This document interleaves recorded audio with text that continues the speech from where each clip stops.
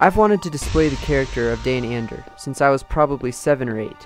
It started when I read Star Wars: The Clone Wars: The Way of the Jedi, a book where you decide what happens to yourself as a Padawan learner.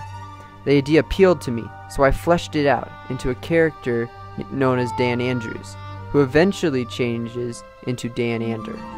Before long, I was writing my own amateur stories about Dan. These never got anywhere in particular, so I moved on to drawing comic books, which had a similar demise.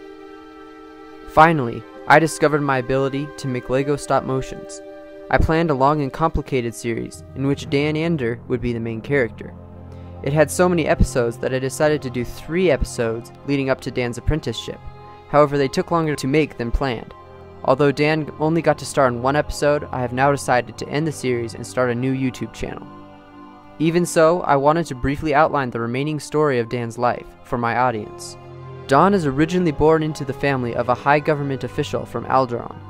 Dan's father catches wind of an assassination plot shortly after his firstborn son's birth, and calls on the Jedi for protection.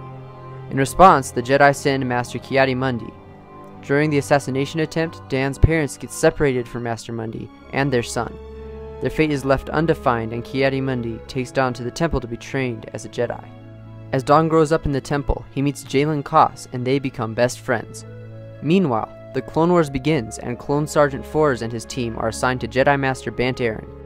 They take on several missions before Dan and Jalen enter the picture in the book The Way of the Jedi. Afterward, Dahn and Jalen return to the temple, where Jalen is rebuked for his actions. Before long, they are both summoned to the world Isala. There, Jalen learns that Master Sef Balak has taken him as his apprentice, and Dahn and Jalen help liberate the planet. The next episode of the series was going to pick up directly after the scuffle on Isala. Dahn and Jalen are tasked with escorting the traitorous Prince Banff to Master CC Tin for transport to prison on Coruscant. At the last minute, another Padawan is added to the team. Tenel Shay is an arrogant, unorthodox, and condescending female Padawan, as well as a native of Isala. As soon as she steps on board the ship, she begins ordering her fellow apprentices around like inferiors, but Dan stands up to her. He challenges her to a lightsaber duel, in which he beats her by staying calm, as well as on the defensive, until Tenel Shay gets mad and makes a mistake. When he offers compliments on the fight, she turns and walks away. Meanwhile, we would be cutting to a plot by Cad Bane and several other bounty hunters to take over control of CC Tin's Jedi cruiser.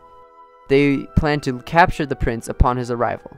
It is unclear how the rest pans out, as I won't be making the film, but I do know that the Padawans successfully free Master Tin, and are about to flee the ship when Tenel Shay decides to take on the bounty hunters alone. Her mistake almost costs Tenel her life, but Dan rescues her. Unfortunately, Banff gets away. Tenel realizes her mistake, as well as that Dan rescued her even after her unfriendly attitude toward him. She turns her life around and becomes a good friend of both Dahn and Jalen. The final episode that takes place during the Clone Wars finds Dan infiltrating a separatist science lab under the authority of Prince Banff. A scientist, probably the same one from The Way of the Jedi, captures Dan and injects a new serum into his prisoner. The serum slowly kills off Dahn's midi-chlorians, weakening his connection to the living force, and leaving him without Jedi powers. He is fortunately rescued by Fors and Blast, and they return to the base camp, where they will meet Master Aaron. As the gunship approaches the camp, Dan watches as Captain Quarn and several other clones execute his master. He turns to Fors to see him putting his helmet on and leveling his blaster. Dan, whose powers are weakening but still functional, leaps from the ship, deflecting laser fire with his lightsaber. He fights off the attacking clones and mortally wounds Fors, and watches his friend die. After burying Fors and Blast, Dan boards his Jedi starfighter and flies to the Jedi Temple, where he witnesses the remains of the massacre of the Jedi. He finds Jalen among the fallen and loads him into a starfighter. As he is leaving Coruscant, Dan is hailed by a vessel from Alderaan and boards it. Jalen is taken to the medical bay but dies shortly after. Dahn is comforted by the ship's owner, a Senate representative named Jacqueline. Soon Dahn learns that Jacqueline is his father, and the two rejoice. They return to Alderaan, where Dahn reunites with his mother and meets his younger sister. With no Jedi abilities, Dahn is not hunted down by the new Empire. Eventually, he marries Anna Shay, Tenelshay's cousin, and he moves to her homeworld Isala. When he hears about Alderaan's destruction, he mourns over the loss of his remaining family. After Luke Skywalker and his friends defeat the Emperor, the Isalans believe that they are free from the Emperor's rule.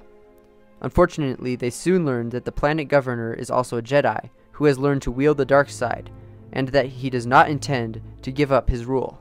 Dahn decides to train his Force-sensitive daughter in how to become a Jedi, and with the help of General Ut, they liberate Isala again. This story opens up a doorway into the life of Dahn's daughter.